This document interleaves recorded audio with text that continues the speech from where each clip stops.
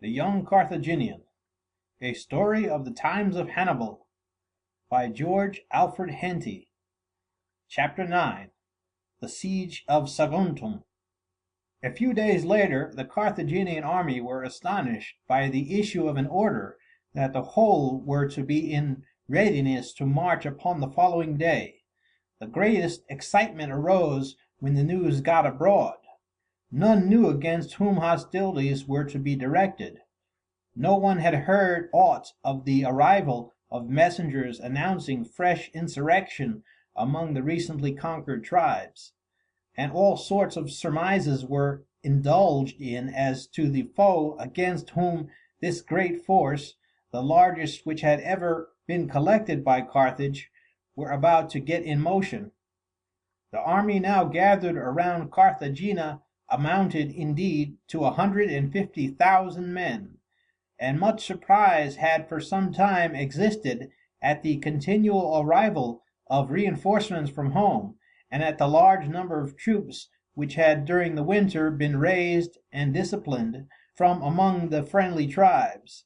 Simultaneously with the issue of the order, long lines of wagons laden with military stores began to pour out from the arsenals, and all day long a procession of carts moved across the bridge over the canal in the isthmus to the mainland.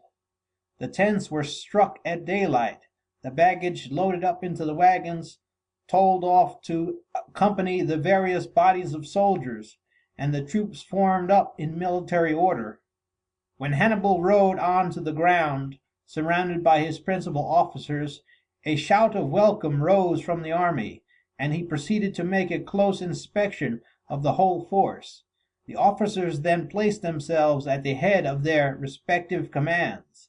The trumpets gave the signal, and the army set out on a march, as to whose direction and distance few present had any idea, and from which few, indeed, were ever destined to return. There was no longer any occasion for secrecy as to the object of the expedition. The generals repeated it to their immediate staffs. These informed the other officers, and the news speedily spread through the army that they were marching against Saguntum. The importance of the news was felt by all.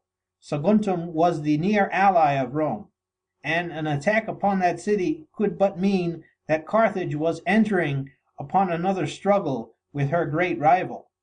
Saguntum lay about 140 miles north of Carthagena, and the army had to cross the range of mountains now known as the Sierra Morena, which run across the peninsula from Cape St. Vincent on the west to Cape St. Martin on the east.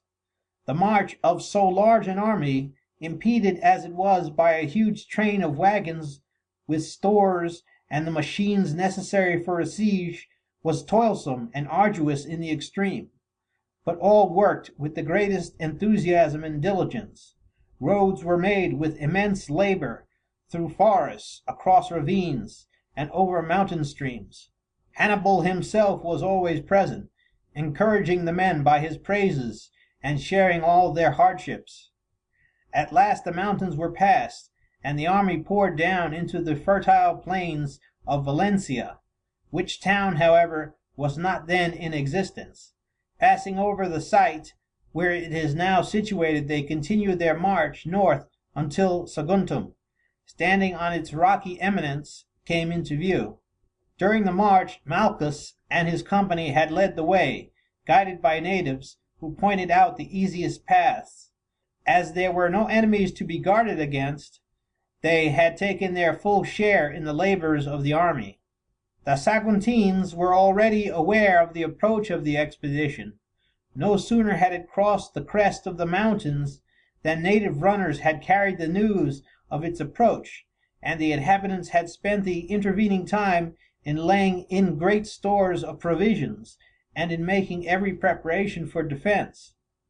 The garrison was small in comparison with the force marching against it, but it was ample for the defense of the walls, for its position rendered the city well nigh impregnable against the machines in use at the time, and was formidable in the extreme even against modern artillery.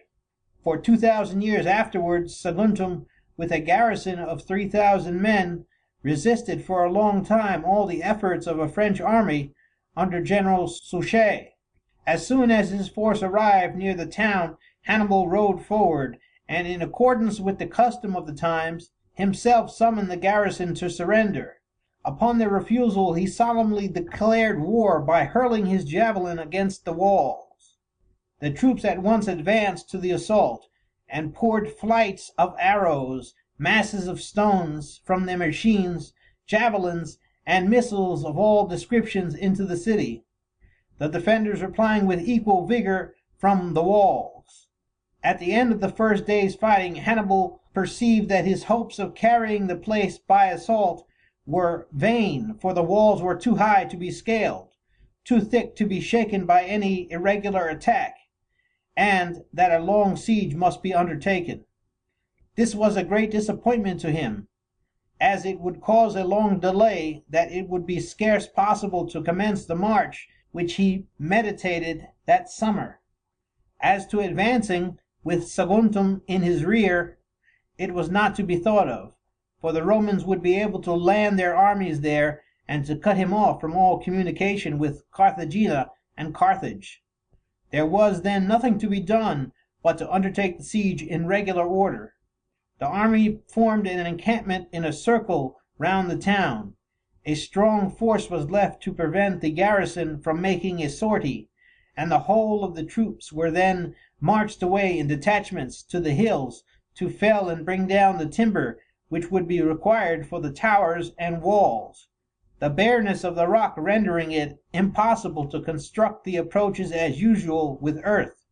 In the first place, a wall, strengthened by numerous small towers, was erected round the whole circumference of the rock.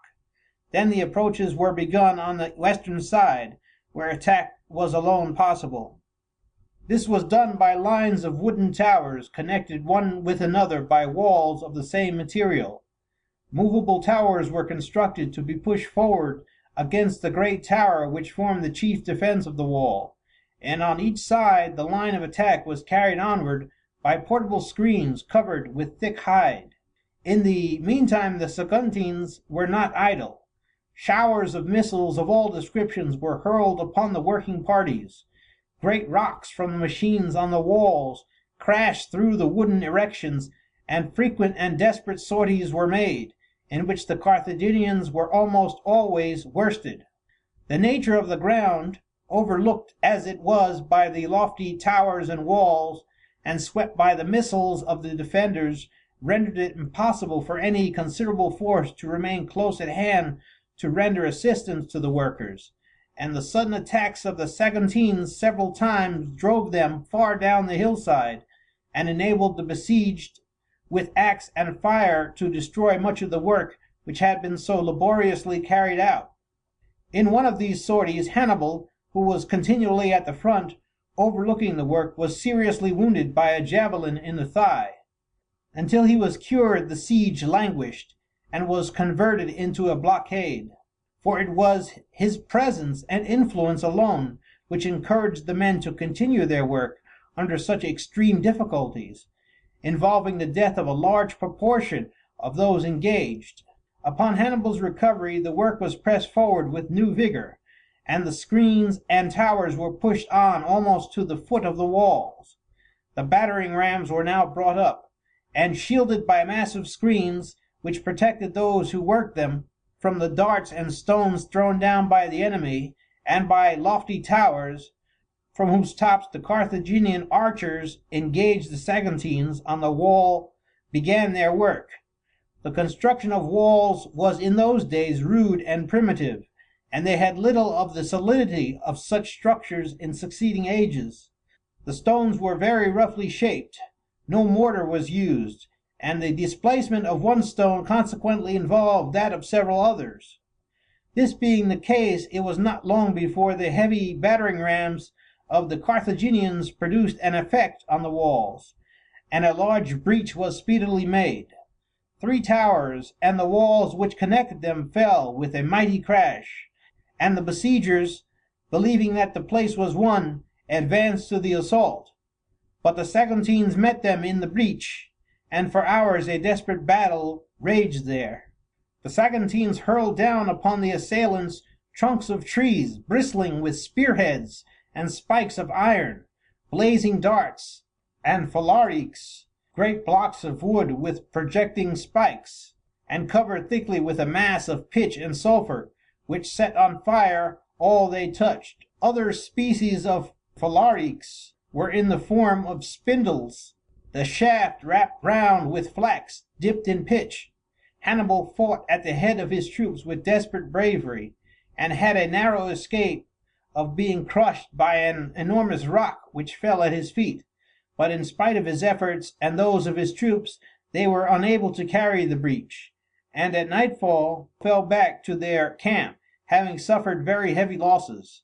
Singularly enough, the French columns were repulsed in an effort to carry a breach at almost the same spot, the Spaniards hurling among them stones, hand grenades of glass, bottles and shells, and defending the breach with their long spikes against all the efforts of Suchet's troops. Some days passed before the attack was renewed, as the troops were worn out by their labors. A strong guard in the meantime held the advanced works against any sorties by the Saguntines. These, on their side, worked night and day, and by the time the Carthaginians again advanced, the wall was rebuilt and the breach closed. But Hannibal had also been busy. Seeing that it was impossible for his troops to win an entrance by a breach, as long as the Saguntines occupied every point commanding it, he caused a vast tower to be built, sufficiently lofty to overlook every point of the defences, arming each of its stages with catapults and ballistas. He also built near the walls a great terrace of wood higher than the walls themselves, and from this and from the tower he poured such torrents of missiles into the town that the defenders could no longer remain upon the walls. 500 Arab miners now advanced, and these, setting to work with their implements, soon loosened the lower stones of the wall, and this again fell with a mighty crash, and a breach was opened. The Carthaginians at once swarmed in and took possession of the wall. But while the besiegers had been constructing their castle and terrace, the Saguntines had built an interior wall, and Hannibal saw himself confronted with a fresh line of defences. As preparations were being made for the attack of the new defences, messengers arrived, saying that the Carpatans and Oratans, furious at the heavy levies of men which had been demanded from them for the army, had revolted.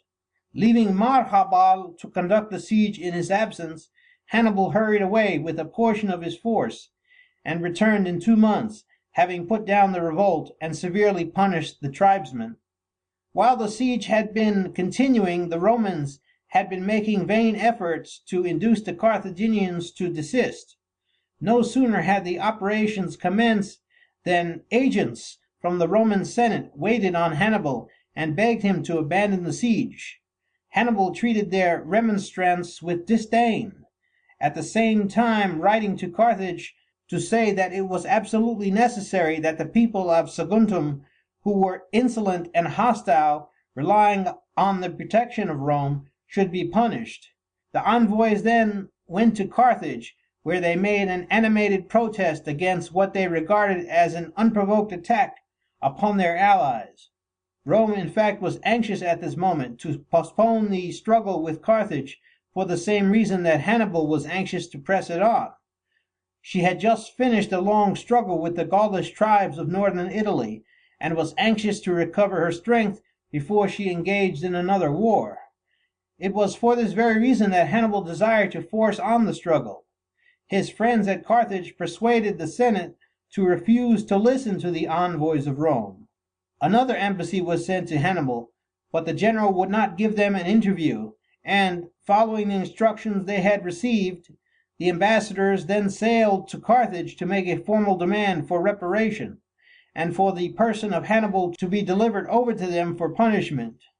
But the Barcine party were for the moment in the ascendancy. Long negotiations took place which led to nothing, And all this time the condition of the Saguntines was becoming more desperate. 5 new ambassadors were therefore sent from Rome to ask in the name of the Republic whether Hannibal was authorized by the Carthaginians to lay siege to Saguntum, to demand that he should be delivered to Rome, and in case of refusal to declare war. The Carthaginian Senate met in the temple of Moloch, and there received the Roman ambassadors. Quintus Fabius, the chief man of the embassy, briefly laid the demands of Rome before the Senate.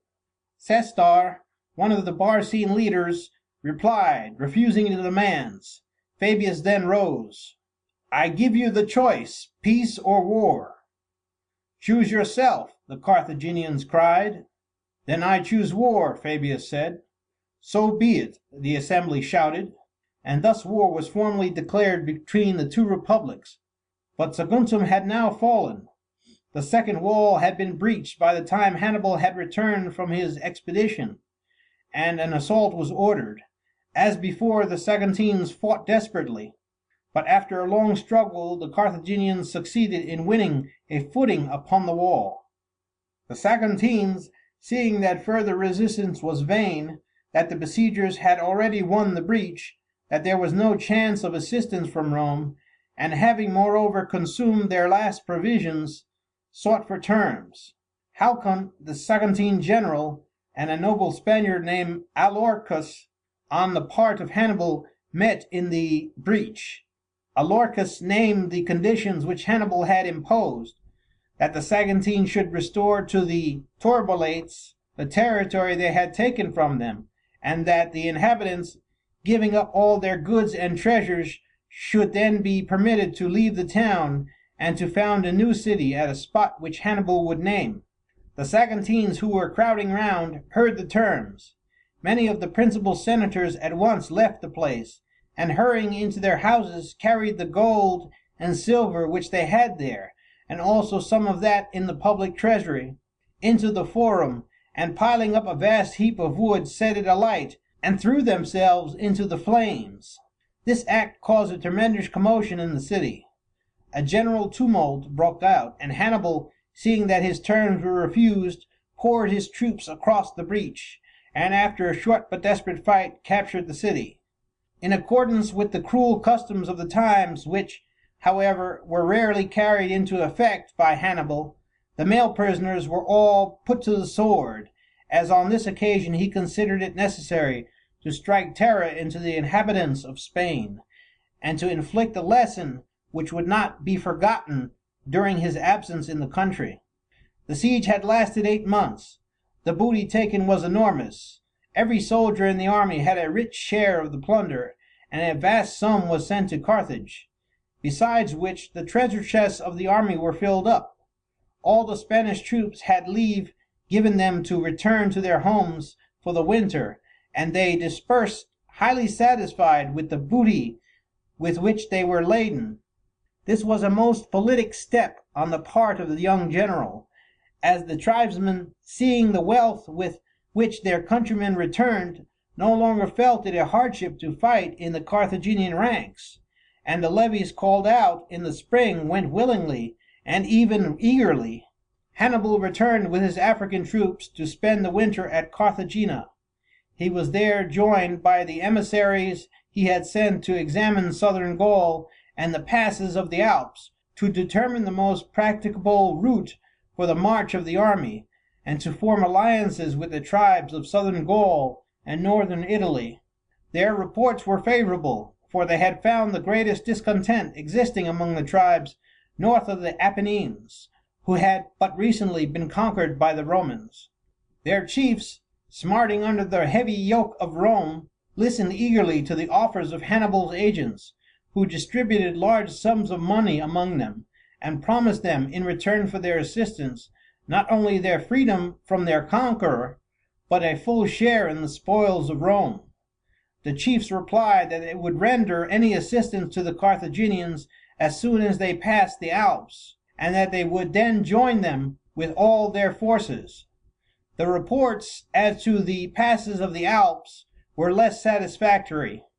Those who had examined them found that the difficulties they offered to the passage of an army were enormous, and that the tribes who inhabited the lower passes, having suffered in no way yet at the hands of Rome, would probably resist an army endeavoring to cross. By far the easiest route would be to follow the seashore, but this was barred against the Carthaginians by the fact that the Massilians, the people of Marseilles, were the close allies of Rome. They had admitted Roman colonists among them, and carried on an extensive trade with the capital. Their town was strong, and their ports would be open to the Roman fleets. The tribes in their neighborhood were all closely allied with them. Hannibal saw at once that he could not advance by the route by the sea without first reducing Marseilles. This would be an even more difficult operation than the siege of Saguntum, as Rome would be able to send any number of men by sea to the aid of the besieged, and the great struggle would be fought out in southern Gaul instead of, as he wished, in Italy. Thus he decided to march by a route which would take him far north of Marseilles, even although it would necessitate a passage through the terrible passes of the Alps. During the winter Hannibal labored without intermission in preparing for his expedition. He was ever among his soldiers, and personally saw to everything which could conduce to their comfort and well-being. He took a lively interest in every minute detail which affected them, saw that their clothing was abundant and of good quality, inspected their rations, and saw that these were well cooked. It was this personal attention to the wants of his soldiers which, as much as his genius as a general, his personal valor, and his brilliant qualities, endeared him to his troops. They saw how anxious he was for their welfare. They felt that he regarded every man in his army as a friend and comrade, and in return they were ready to respond to every appeal, to make every sacrifice, to endure, to suffer, to fight to the death for their beloved leader.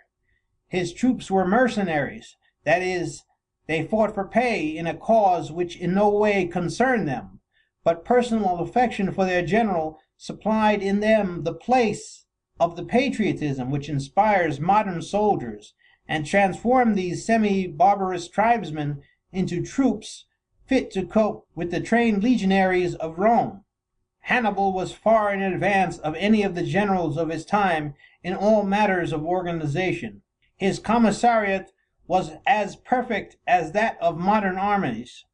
It was its duty to collect grain from the country through which the army marched, to form magazines, to collect and drive with the troops herds of cattle, to take over the provisions and booty brought in by foraging parties, and to see to the daily distribution of rations among the various divisions.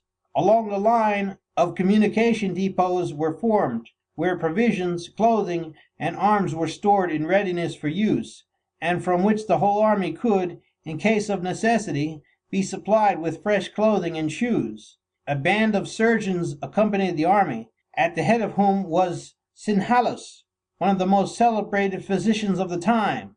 So perfect were the arrangements that it is said that throughout the long campaign in Italy not a single day passed but that the troops, elephants, and animals of all descriptions accompanying the army received their daily rations of food. End of chapter 9.